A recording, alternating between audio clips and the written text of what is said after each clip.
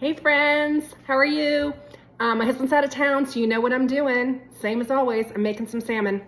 I just threw this little dinner together for myself in about 15, no, I shouldn't say that, in about 30 minutes. 30 minutes of cooking, but like 5 minutes of prep. Let me show you how I did it. I've got some potatoes chopped up with just a little bit of a spice blend on it, some salt and pepper and some olive oil. That's gonna go in a 450-degree oven for about 20 minutes. And then before the 20 minutes is up, so at like 15 minutes, I'm gonna throw these salmon fillets in the same oven, and I've just put a little bit of olive oil and the same spice mixture on that. So I'm gonna leave the salmon in for the last 10 minutes, and then I'm gonna make a salad, and that is gonna be dinner tonight.